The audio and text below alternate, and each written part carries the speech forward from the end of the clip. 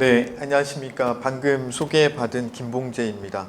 저 오늘 이렇게 이 자리에 제 짧은 이렇게 지식 공유할 수 있는 기회를 주셔서 감사합니다. 근데 앞서 발표를 들으면서 제가 그 매우 많은 공부와 그 연구 주제를 또 조금 생각하게 됐습니다. 우선 제 소개를 해주셨지만 제가 그 개인적으로 계속해서 관심을 갖고 있는 것은 AI의 도덕 판단력입니다. 도덕 판단력에 관한 것이고, 그리고 개인적으로 그 계속해서 준비하고 있는 것이 뭐냐면 AI의 도덕 판단력 맵입니다. 이것을 생각하는 이유는 이거예요. 저는 간단하게 이렇게 상상을 좀 많이 할 때가 있는데, 5년이 될지 아니면 그것보다 더 짧을지는 모르겠지만 아이들이 학교에 갔다 오면 진이야 나 왔어 하고선 대화를 할 거라는 거죠. 엄마 언제 오신대? 아빠 오늘 언제 와? 아빠가 오늘 내 거 사온다라고 했는데 그거 사오실까? 하면서 매우 자연스럽게 대화를 할 거라는 거예요. 그런데 그 대화를 할 때 지금과 같이 인공지능이 어떤 파편적인 지식, 정확한 정보만 주는 것이 아니라 이 아이는 어떤 대화를 하고 싶어 할 거냐면, 진이야, 너 그 우리 반에 은수 있잖아. 은수랑 이런 이야기 했어.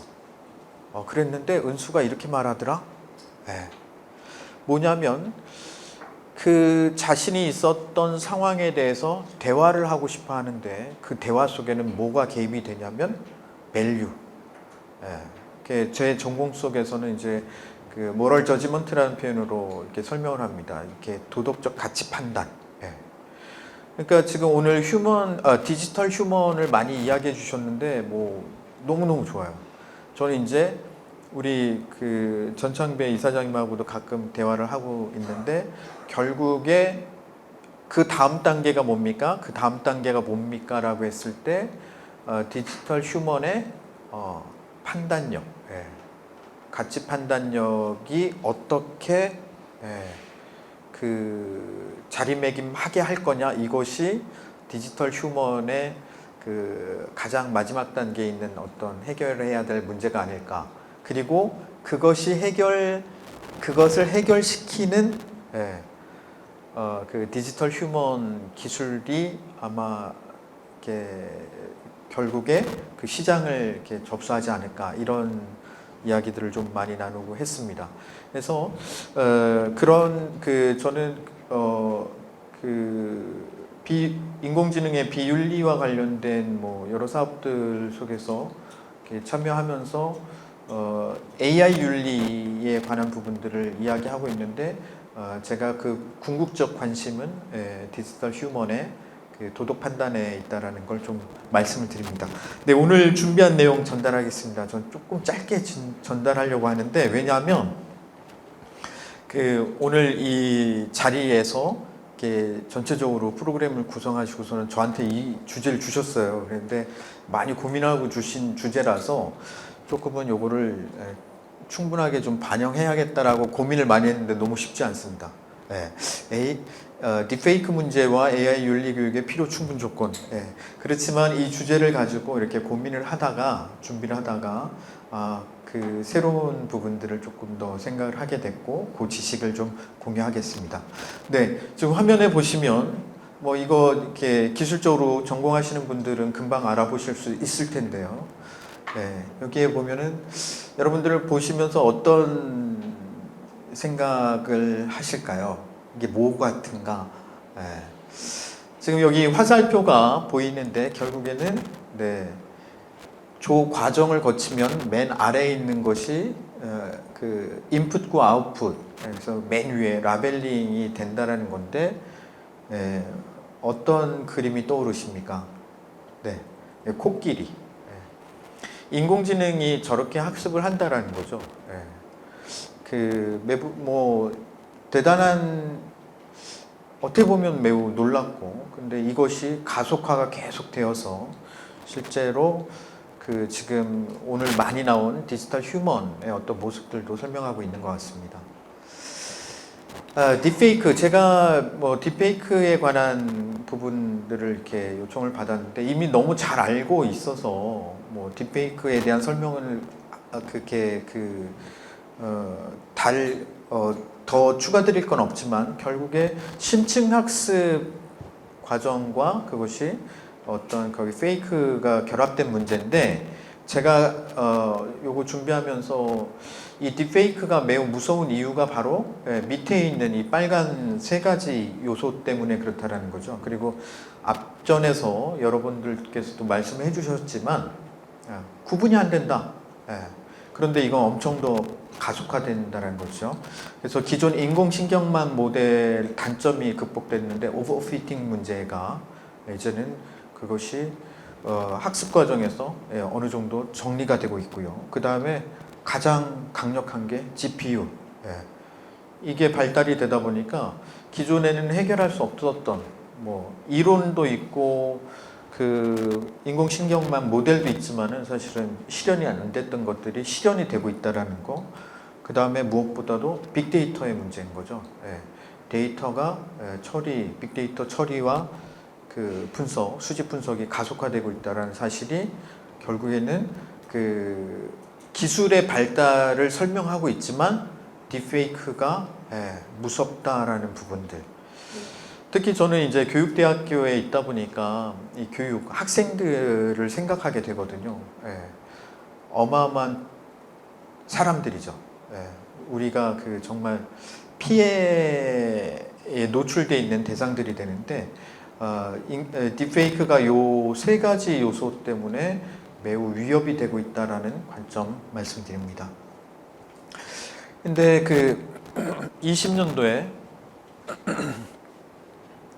영국에서 제시됐는데 AI를 그 활용한 미래 범죄 이 부분에 대한 연구 보고서를 내놨습니다. 이 연구 보고서에 의하면 미래의 범죄는 인공지능을 이용하여 보다 고도화될 것인데 특히 가짜 오디오, 가짜 비디오와 같이 딥페이크를 이용한 범죄가 가장 심각한 문제를 일으킬 것이다. 이렇게 제시를 했습니다. 그 제가 오늘 오전에 전화를 받았는데요. 그 18, 네 자리 숫자로 이렇게 전화가 들어왔는데 제 이름을 얘기하더라고요. 그러면서 무슨 그 계좌 가지고 있지 않냐고. 맞다고 그랬더니 근데 이게 지금 개인정보 이런 게 변경된 것 같은데 그거 변경해드려도 되냐 이러는 거예요. 그래서 내가 대답을 하다가 지금 전화 주신 데가 어디죠? 그랬더니 어디 센터라는 거예요. 그래서 그거 제가 따로 하겠습니다. 끊었습니다. 왜냐하면 무섭더라고요. 그래서 그랬는데 결국에 그 미래 범죄라는 것이 이 딥페이크가 반영이 되겠죠. 그게 기반이 돼서. 그래서 영상통화를 통해 부모에게 돈을 받아내기 위한 자녀를 사칭한다. 보안 시스템 접근하는데 가짜 목소리. 그 다음에 아까 뭐 앞에서 나왔던 것들하고 많이 관련되어 있습니다. 이 정치적인 목적, 연예인들 이런 거 써먹을 수 있는 것들 이렇게 되는 거죠. 근데 구체적으로 사례들인데 이게 아주 최신 사례들은 아니고요. 제가 찾다가 그냥 조금 이렇게 초기에 이슈가 됐던 내용들로 조금 정리를 했습니다. 그게 뭐냐면 2019년도에 음성을 통해서 전화를 했어요. 또 본사의 대표가 미국에 있는, 유럽에 있는 그 지사장한테 전화를 해서 송금해라. 그래서 22만 유로 송금했는데 저게 가짜 목소리를 이용한 거였고요. 그 다음 중국에서 있었던 건데 2018년도에 그 데이트 사이트라고 하나요? 거기에서 했는데 아주 이 남자가 마음에 드는 여성하고 계속 채팅도 하고 막 이랬는데 로봇이었습니다. 인공지능. 그 다음에 딥페이크 어플 페이스 플레이, 리페이스 이런 게 있는데 이런 걸 활용한 어떤 건데 그런 것들이 결국에는 디지털 성범죄로 연결된다는 것. 이런 것들이 뭐 딥페이크를 활용된 어떤 뭐 단순한 게 아니라 이미 일반화되고 있는 것들이죠. 근데 저는 여기에서 그 페이스 플레이하고 리페이스 이걸 보면서 참 어색하고 재미로 하지만 우리가 일반적으로 성형을 하지 않습니까? 성형을 하고 있는데 디지털 성형을 일반화된다라면 이게 어떻게 이해를 해야 될까? 정답은 없고 그냥 이 자료를 준비하면서 좀 화두가 생긴 겁니다. 개인적으로. 그러니까 조금 더 젊어 보이고 제가 요즘 다이어트 조금 걷기를 많이 해가지고 살이 좀 뺐는데 턱선이 좀 살아나는데 그걸 조금 더 살리고 이렇게 된다라면 그러니까 사실은 페이크와 자기의 어떤 만족감과 이게 경계선이 모호해지는 지점들 이렇게 있는데 여하튼 디지털 성형의 일반화라는 부분들도 생각하게 됐습니다. 이게 이제 딥페이크의 상황인데 그럼 우리 청소년들은 어떤 문제에 직면하고 있냐? 21년도에 그 보고서의 일부분을 가져온 겁니다. 교실, 교내 공간 등 물리적 공간에서의 폭력은 감소하고 있는 반면에 온라인 공간에서의 폭력 피해는 계속 증가하고 있습니다. 실제로.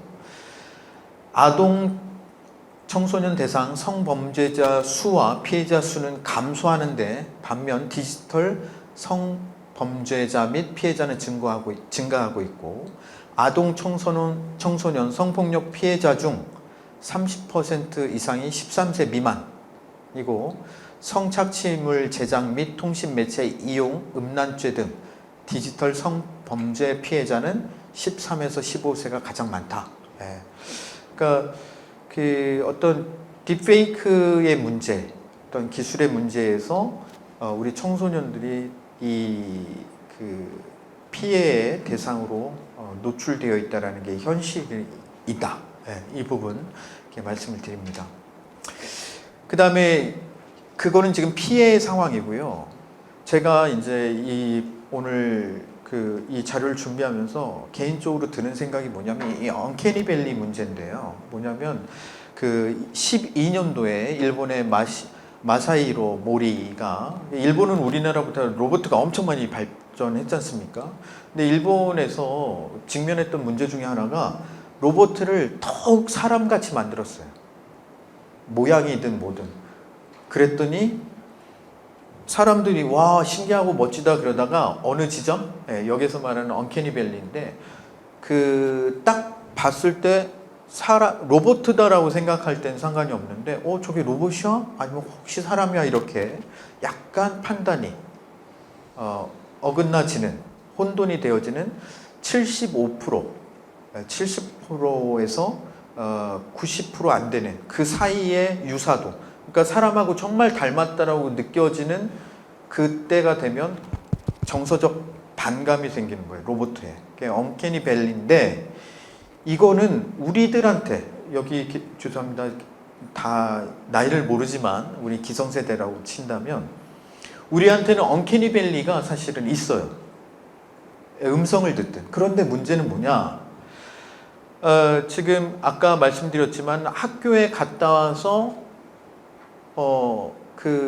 진이야 나왔어 하고서는 자연스럽게 대화를 하는 그 아이들한테는 언캐니 밸리가 형성되지 않는다라는 거예요. 즉 거부감이 없다라는 겁니다. 이 부분이 우리와 다음 세대와의 어마어마한 차이예요. 특히 그래서 저는 이제 언캐니 밸리를 이미 건넜다라는 우리 청소년들의 특징을 그렇게 설명을 했고요. 정의를 했고 그 다음에 이게 로지하고 오늘 앞에서 많이 보여주셨는데 저는 사실 이 친구 로지 이 친구 그 신한카드 이렇게 광고 나올 때 보면서 야 삼성 그 프린터인가 전지현 이후에 또 한 인물 나왔구나 쟤 누구지 하고 막 이렇게 찾아봤는데 디지털 휴먼이었죠. 전 사실 그랬는데 음악에 맞춰 춤을 추고 하는데 너무 멋있었어요. 제가 볼 때 그랬었는데 이미 우리 청소년들은 언캐니 밸리도 지나쳐버렸고 왜? 디지털 휴먼이 그 음성이든 그 자연스러움이 이미 90%를 넘어서는 거예요. 유사도가 인간하고. 그럼 그때부터는 호감이 생기는 거죠. 호감이 형성되기 때문에 디지털 휴먼에 대해서는 이미 청소년들은 자연스러운 친구라는 거예요. 그러니까 아까 우리 그 김태성 제작센터장님이 이제 그 컨텐츠에 관한 부분들과 많이 이야기해 주셨는데 문제가 있음에도 불구하고 엔터테이너 쪽에서 그 디지털 휴먼을 만들면 사실은 계속 성공할 확률이 매우 높을 겁니다. 왜냐하면 언캐니 밸리를 건너버린 세대이기 때문에. 예. 그래서 저희 여기 센터뷰라고 해가지고 저건 동영상인데요. 준비를 했는데 저거는 뭐 아까 음성을 보니까 잘 저거 할 것 같아서 네, 그냥 넘어가고요. 그런데 뭐냐면 자연스럽게 인터뷰가 돼요, 실제로. 그러니까 유튜브에 보시면 됩니다. 그 부분들이 우리가 볼 땐 어색하지만 어렸을 때부터 디지털 휴먼 지니와 대화를 하고 지니야 뭐 이렇게 했던 애들이 영상으로 구성된 디지털 휴먼을 볼 때 반감이 전혀 없다라는 거죠. 이건 매우 무서운 이야기. 예. 우리들은 감각할 수 없는 그들의 세대가 형성됐다라는 겁니다. 예. 그래서 결국에 그러면 이 딥페이크 환경에 노출돼 있는데 그러면 어떻게 처방할 거냐 그랬는데 사실은 우리나라에서도 여러 대처를 하고 있습니다. 한국 청소년 연구원이나 이런 데서는 이미 제시를 하고 있는데 그래서 뭐 관련법 제정을 하기 위한 준비를 다 하고 있습니다. 근데 이제 예방을 해야 되는 문제인데 그 전문가들하고 청소년들한테 물어봤어요. 야, 이게 어떤 문제가 지금 가장 시급하냐? 라고 해서 세 가지 3위 이제 4점 만점으로 해서 그 시급한 거를 가장 시급하다가 4점으로 하고 해서 조사를 했는데 상위 3개 시급성 순위 3순위 나왔는데 거기에 보면은 두 번째가 딥페이크 창작물 확산 피해에 대한 대응을 해야 된다. 이 전문가들이 두 번째로 짚었고요. 청소년들도 동일한 걸 두 번째로 이렇게 짚었습니다. 뭐냐면 노출되고 있다라는 거, 이거 작지 않다라는 거죠. 딥페이크 아까 오바마라 이런 거 나왔는데 그거는 공인이니까 괜찮죠. 그런데 딥페이크 문제를 가지고 애들이 친구들 사이에서 아주 친한 아이를 이간질시키기 위해서 딥페이크를 사용했다. 순간적으로 그게 사실이라고 인정되어진다면 매우 심각한 거죠. 친구들 사이에서. 사춘기의 특성상 아이들이 전 충분히 만들 수 있다고 생각을 하거든요. 호기심에, 재미에, 질투에 여러 이유로. 그래서 관련법을 제정하는 건데 뭐 이건 너무 형식적인 이야기고 제가 이제 오늘 드리고 싶었던 말씀인데요. AI 윤리 교육을 해야 됩니다. 뭐 오늘 이렇게 헌장도 제시하고 했는데 이거는 디지털 문화, 디지털 세대를 살아가는 학생들한테 이 백신이라는 개념으로 접근을 해야 된다. 뭐냐면 우리가 이제 코로나를 접하면서 이 백신에 대한 게 있는데 반드시 접종할 필요가 있다라는 걸로 접근을 해야 된다. 근데 예전에는 뭐 그냥 다 필요하다고 해서 이제 교육 쪽에서 이제 그렇게 했었지만 이건 사회적으로 특히 AI를 개발하는 업체, 기업 쪽에서도 이건 백신으로 관점으로 접근을 하면서 개발 및 홍보 이런 부분들도 접근해야 된다는 거. 그 다음에 기존의 인터넷 윤리에서는 이런 게 있었어요. 예전에 뭐가 있었냐면 인터넷을 쓸 때 사람과 사람 사이에서 예의에 어긋나면 안 되고 그 사람 기분 상하게 하면 안 돼. 어떤 이런 관점으로 인터넷 윤리가 접근이 됐다면 AI 윤리는 그렇지 않다라는 거예요. 뭐냐면 오늘 많이 나왔지만 디지털 휴먼 영향을 받기도 하고 그 디지털 휴먼이 뭘 합니까? 학습을 하죠. 거꾸로 학습을 합니다.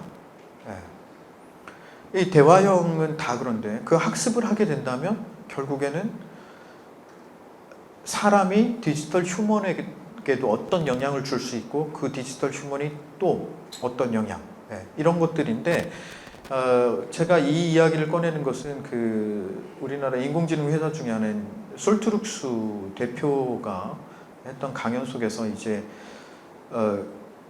인공지능으로부터 영향을 받기도 하지만은 인공지능에게 영향을 주기도 한다라는 관점인 거죠. 그래서 AI 윤리는 사실은 사람 간의 상처를 안 받고 어떤 좋은 관계를 하기 위한 것뿐만이 아니라 플러스 이제는 디지털 휴먼과의 관계도 생각해야 되는 게 AI 윤리의 어떤 특징이 돼야 된다, 이런 생각.